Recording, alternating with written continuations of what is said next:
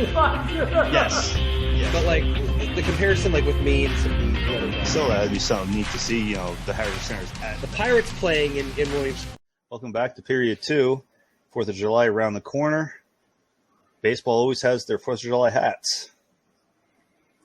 And was it the NL's blue? I think it is. That's what it looks like. No, it's no.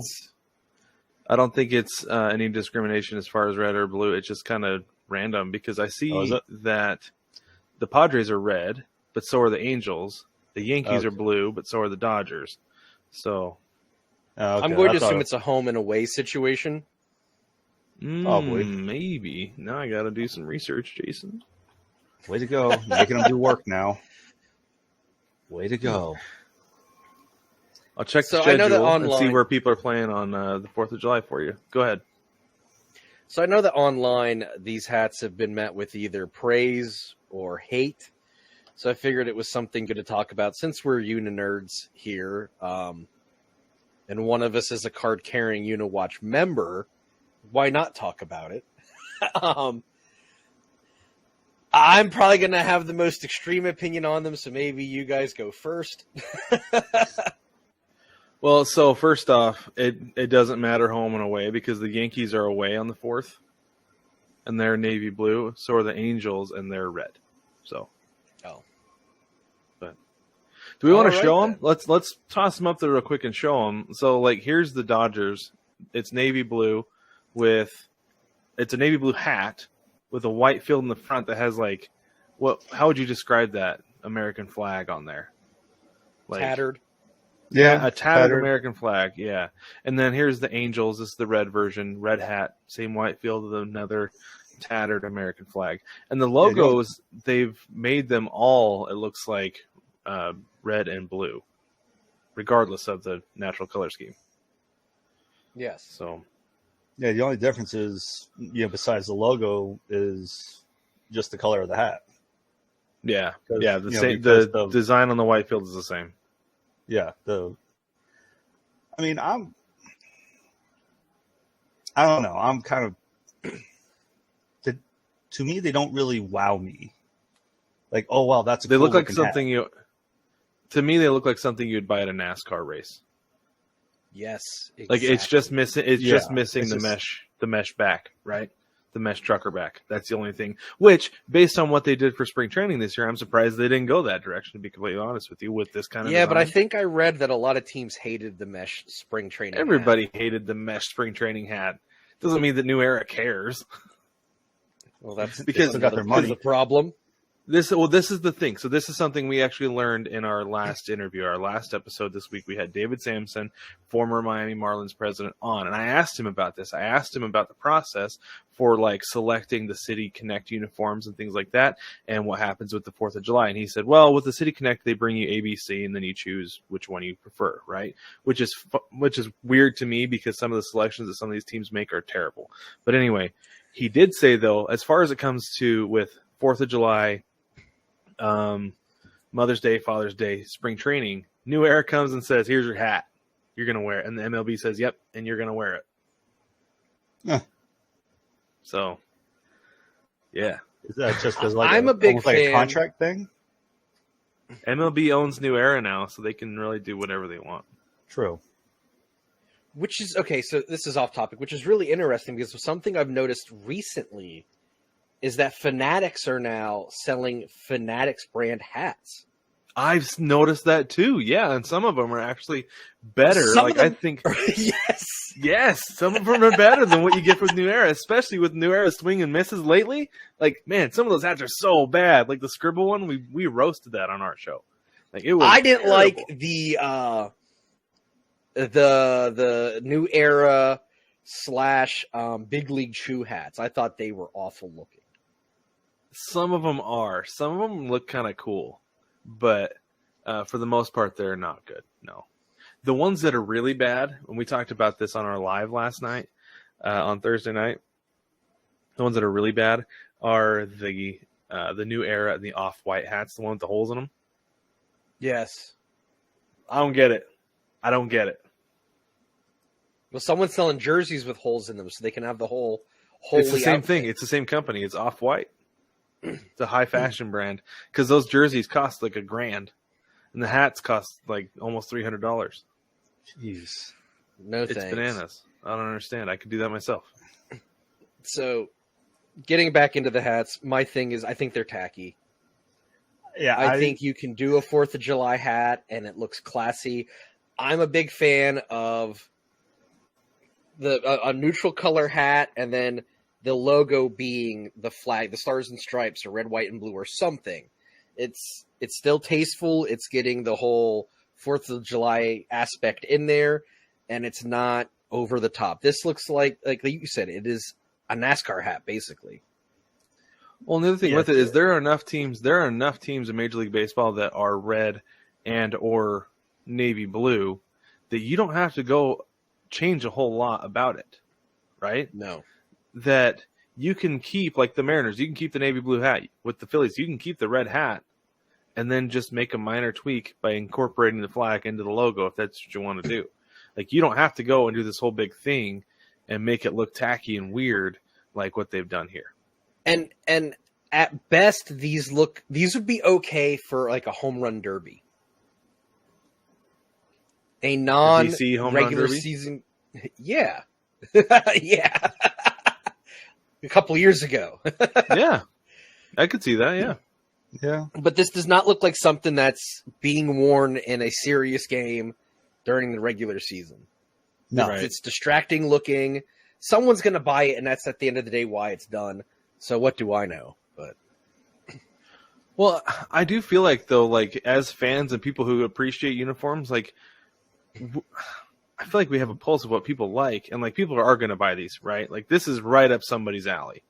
Somebody saw this and was like, yes, I love that hat. I can't wait to buy it. They bought it as soon as it was released. Like, there are people who do that. But I feel like the vast majority of fans don't like this look. This is not what appeals to the majority of fans. Well, here's the thing. With the hat, if they're going to wear this during the game, wouldn't you want to have a uniform to kind of match with it? Like, you can't have, it'd just be too awkward to, how would you fit this on a jersey? it's going to be visually displeasing. It is, but as far as that goes, though, so I interned for a minor league baseball team. Gosh, that was 6 years ago now. Shoot. And on the 4th of July, they changed. So they were Angels colors because they were in the Angel system. So they were navy blue and red, and they changed the navy blue and red writing on the chest. It was a flag print, and it looked pretty cool because it was really subtle. It worked really well, but the rest of the uniform was white. And I think the numbers were flag print on the back as well. Okay. So like it all worked. It looked good. It was sharp. It was subtle. In fact, it was a single level, like a single concourse stadium. And if you were in the back of the regular seating, you couldn't tell the difference, to be honest with you.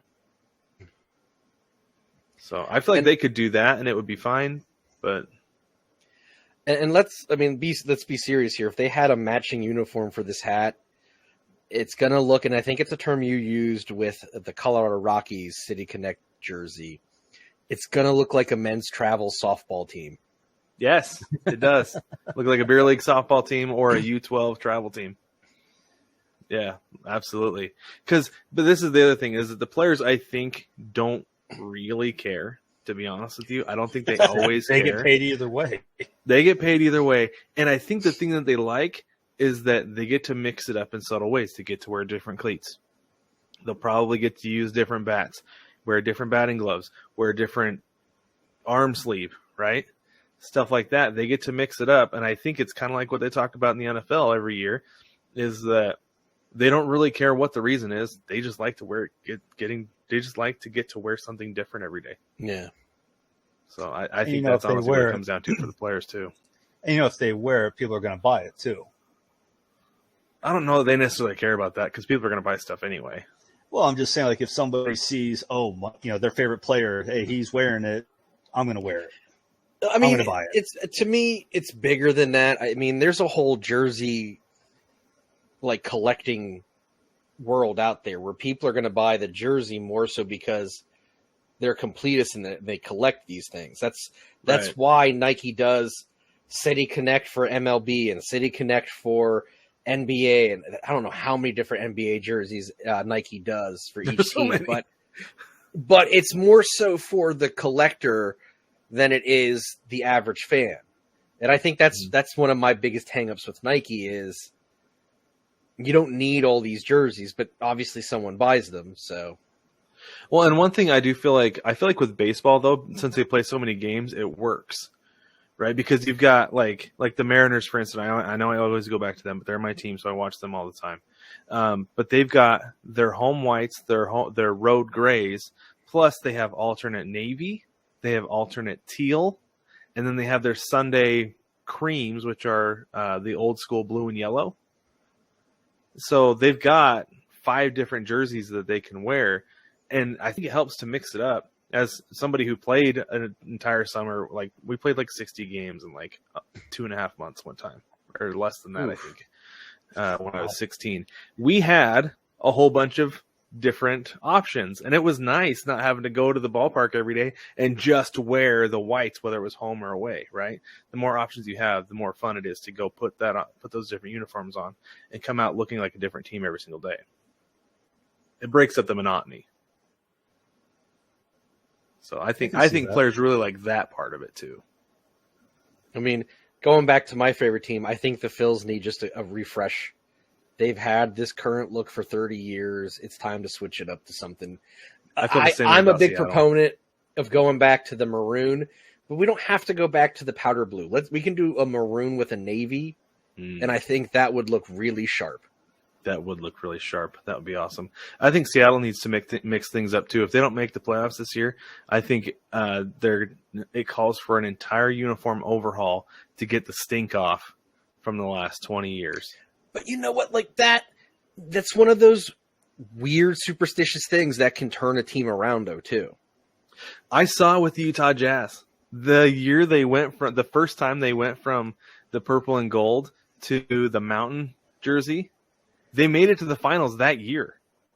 Like, it was the weirdest thing that my friends and I, we were all like really, really young. I was living in Utah at the time. We're like, it has to be the uniforms. It's got to be the uniforms. I can't think of what else. This team is just as good this year as they were last year. It's got to be the uniforms.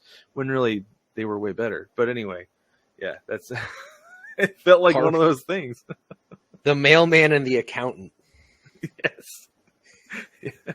And the trash man. Because I'm sorry, John Stockton looked like an accountant out there talking smack and just he and Kyle Tucker.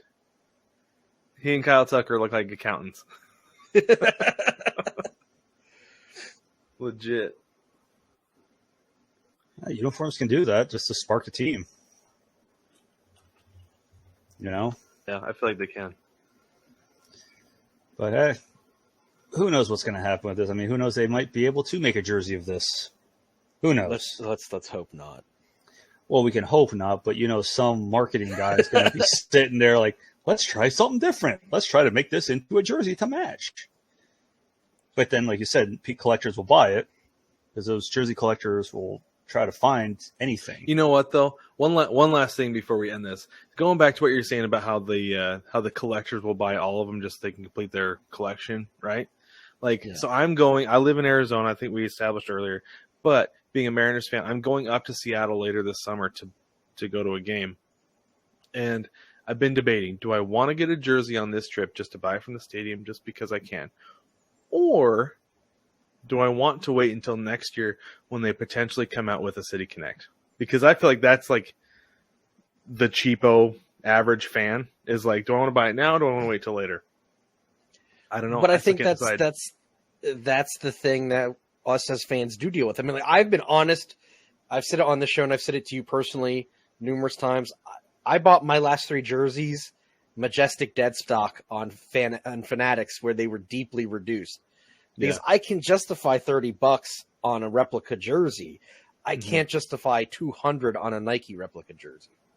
Well, so the one thing that's crazy is here at Chase Field in Arizona, you can get a jersey straight from the clubhouse. They have a shop on the concourse that is like, I can't remember what it's called, but it's something to do with like stuff straight from the clubhouse. They have helmets, They have balls signed by every single player who's come through that clubhouse. They have bats that have pine tar on them because they've been used. And they also have jerseys that have no names on them for $75. And those are clubhouse jerseys for $75. I'm surprised you haven't snagged one just to have I'm one. not a Diamondbacks fan. No, Just but to I mean, have one. that's a cool piece of memorabilia to I've have. come really close a lot of times. I mean, And part of it is I don't really have anywhere to display it because I'd want to display it if I'm not wearing it because I probably wouldn't wear it.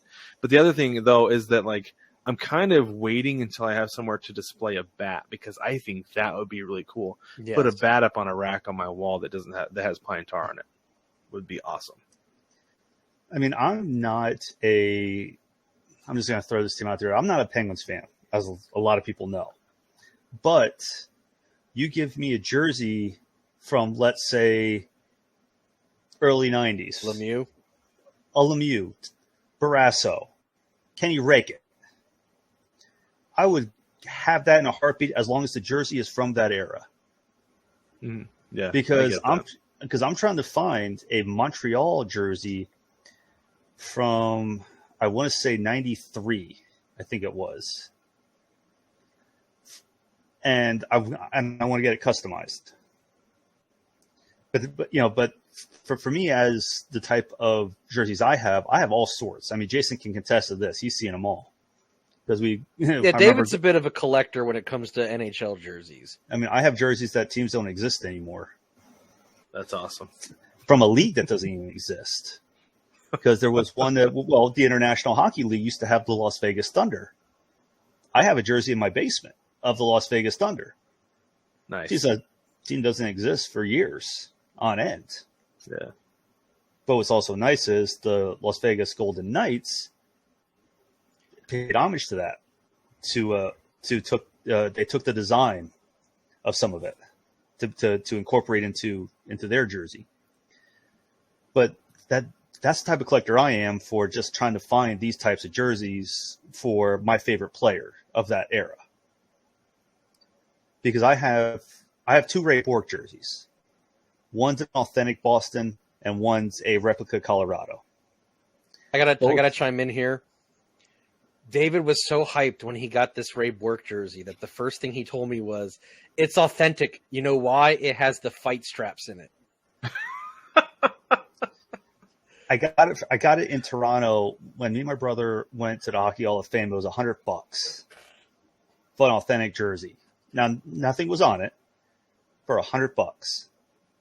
Now an authentic jersey with nothing on it would be what? $250? Probably, yeah. Yeah, usually. And I got it for $100. And I went on eBay and bought a Stanley Cup patch from that era and got Ray Bourque's name put on. So it could pass as a game-worn jersey, or not a game-worn, but a game jersey. Yeah. And for me, that's what I want because I'm a fan of Ray Bourque. And then I did the same thing with the Colorado replica Stanley Cup patch from 2001. When he won the cup, name put on, the whole 9 yards. That's the type of fan I am with the jerseys. I don't care if it's a team that I hate the most. You give me a jersey from that era with an old school player, I'm game. Yeah, I get that. And I think that goes back to, I mean, we do got to wrap this segment up here, but I think that goes back to just, you're a Flyers fan, but you're a hockey fan. And I would say in regards to myself and Brad, and if I'm speaking out of turn, I apologize. We're both fans of the Mariners and the Phillies, but we're baseball fans. Like, it's baseball, and then it's like our favorite team. For you, it's hockey, and then it's your favorite team. You appreciate the history and the stories and the lore of the sport enough that you'll have a jersey from a team you don't like with a player you may not like because you respect the history behind it. And that's awesome. Well, that's just like, with baseball, football, basketball, if you get a jersey, let's say a Bird jersey, you're going to have it just because of, you know what I mean, though. To a basketball fan who hates Larry, to have that type of jersey, that era. I don't know. I don't think a Lakers fan would get a Larry Bird jersey, to be honest with you. I just said the name. That was the first thing that popped into my I head. really don't think they would. But anyway, you know what I mean. On that note, that'd be the end of the second. We'll be right back.